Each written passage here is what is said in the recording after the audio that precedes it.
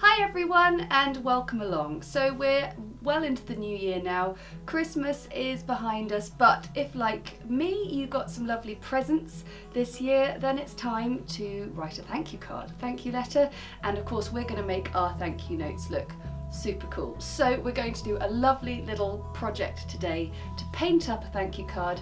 It's nice and simple as well, so you could replicate it quite easily if you've got loads of cards for all your presents. So grab your paints and let's get started. So cards don't always have to be folded, they can be a flat card as well. So today I've just got an A6 size bit of watercolour paper, which is, if you want the dimensions, 10.5 centimetres by 14.8, but you could do a 5 by 7 inch. Yeah, no worries. So what I'm going to do is I'm just going to draw a sort of cloud shape for the size of the bouquet, and then I'm going to do a little skirt.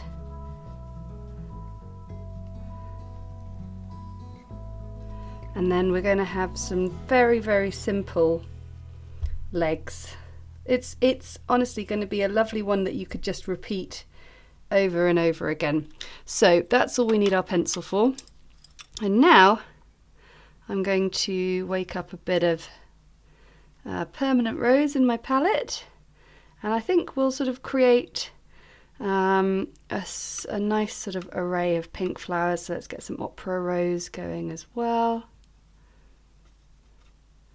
And Alizarin Crimson, and a red tone too. And what we're going to do, and I'm using my size 4 brush here,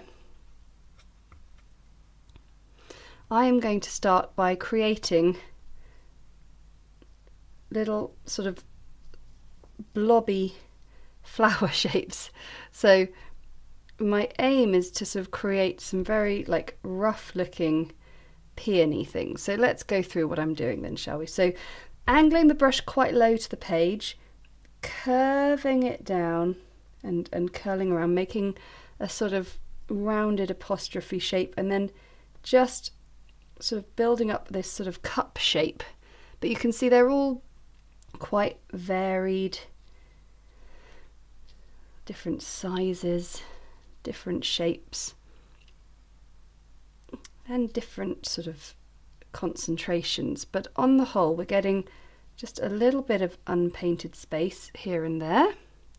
And now I'm going to bring in some opera rose ones as well, and I think what I'd quite like is to get a bit of a bleed and a blend here and there, and also go out to the outer edges and further down.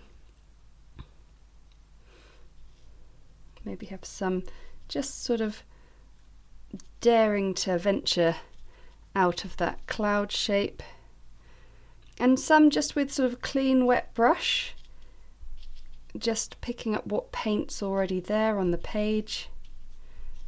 And at that point I'm just literally sort of looping the brush in a little circle to create a little bit of unpainted space. This is looking good. Okay, so now I'm going to take my Alizarin Crimson. This is a much deeper, darker colour, so we just want to use it sparingly. To begin with, I'm just going to sort of see what happens when I add it as a more of an accent colour just in the tips of the petal. You can see I've got a tiny bit of a rogue hair on my brush, but it's not causing too much trouble at the moment. Now I quite like that, but I think what I'll also do is just with a slightly dilute Alizarin Crimson make a few little loops as well. We want to make sure there is room for some leaves, some stems, but it's a very, very grateful bouquet, isn't it? You don't have to make them quite as large as this, especially if you're doing lots of thank you letters. So I'm just adding 1 or 2 extra little blobs, venturing out. And I think that's really, really nice.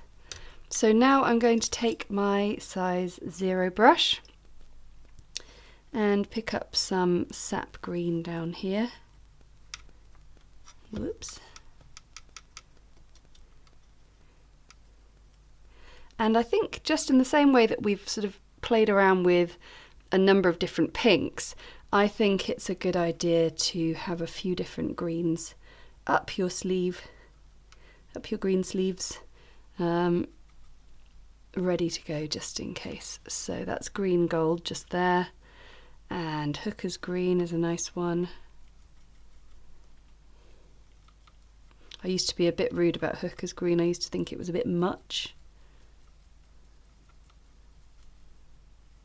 but now I quite like it. Okay, so size 0 brush. Probably should have mixed all that with a larger brush. I'm always telling you to do that and I can't take my own advice.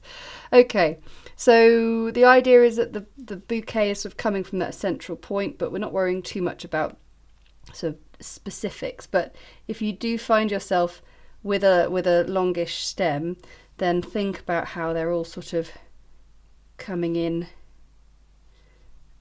to the centre there. Now you're going to get a little bleed on some of your pinks, that's fine. Just try and keep your painting nice and minimal and lightweight.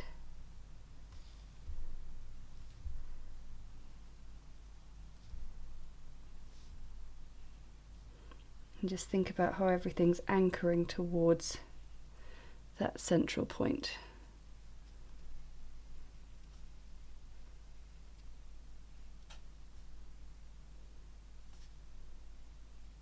You don't have to do every single one. This one here, I'm not quite sure where the stem is coming from, so I've just sort of conveniently left it. Some might be really sort of drooping.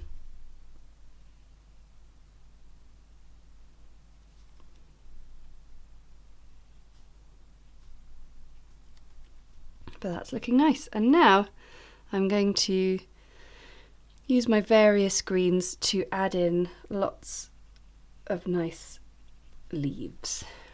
Still with the size 0 brush, and now I think is the opportunity to play around with the colours.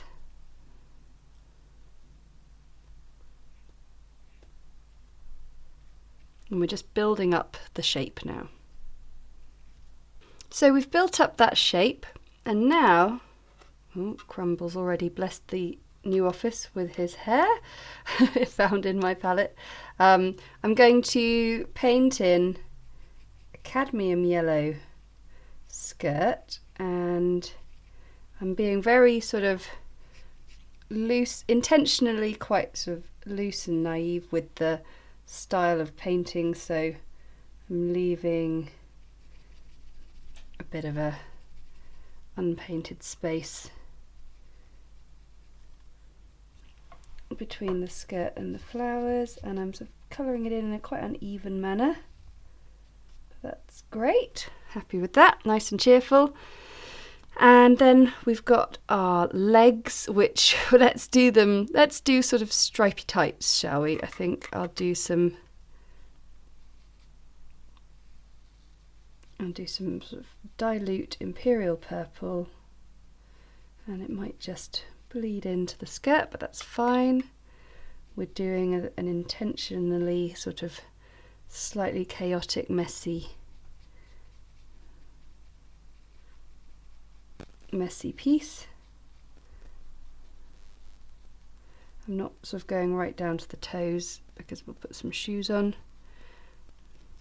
Whilst we let that dry, I am going to get a little bit of a mix of a deeper pink using more concentrated Alizarin Crimson and Permanent Rose, and I'm just going to do a few swirls.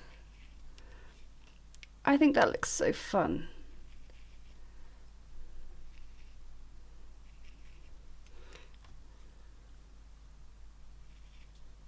You can see I'm being really messy with it. I'm not worrying at all about what sort of makes sense in sort of anatomical correctness or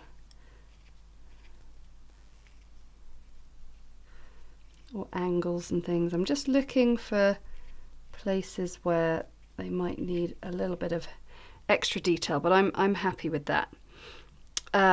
And with that same strong colour, I'm going to write thank you along the bottom, seeing as it's a thank you card. So that's just a mixture of Permanent Rose and Alizarin Crimson. So writing out thank you note, THANK space YOU. So that's sort of 9, 4.5. So I'm just doing my little bit of maths to find the middle letter, THAN. So N and K are going to find themselves sort of straddling the middle if you've done a gap. So I like to mark these things out in pencil. Obviously each letter has a different sort of width and thickness. You know, obviously the letter I versus the letter O are going to take up different amounts of room, but it's just a nice way of roughly working it out. And now I can just sort of use the pressure of the brush to create a thicker side and a thinner side.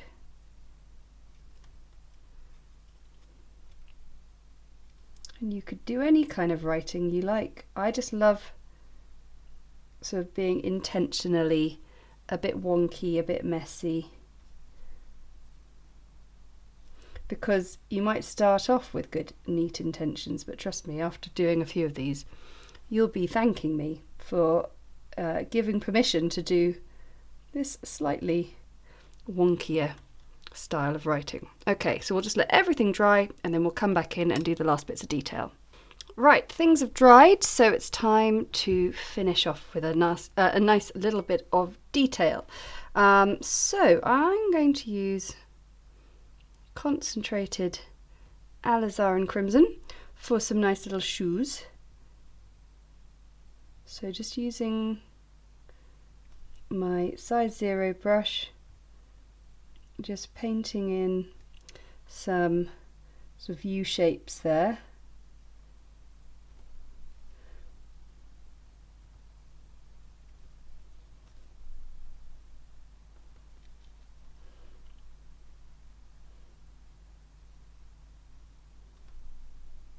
The little buckle over the top.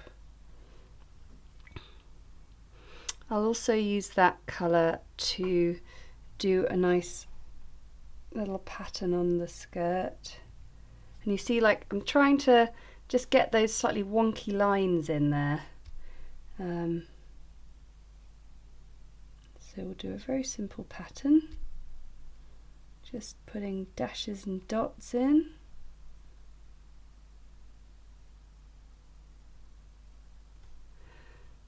I mean, gosh, you could go to town if you want. It's just fun sometimes just to keep adding little bits of detail. But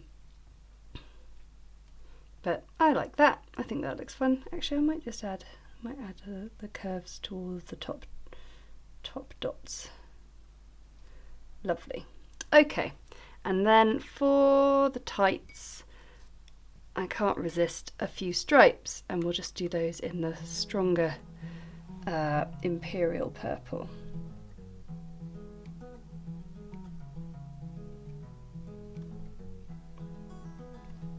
So you can see you can have a lot of fun with this and a lot of variation in terms of the choices you make.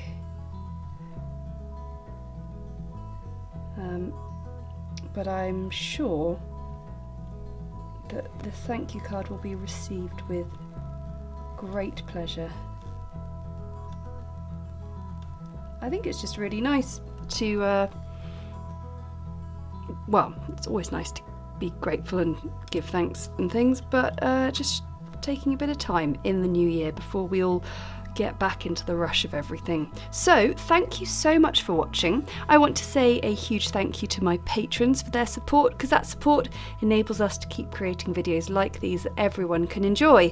And if you enjoyed it, then hit the like button and comment below to let me know how you got on with this one. I'd love to see your images on Instagram or on Facebook of your paintings, and tag us at the Winton Paper Co, and we'll see you again next time.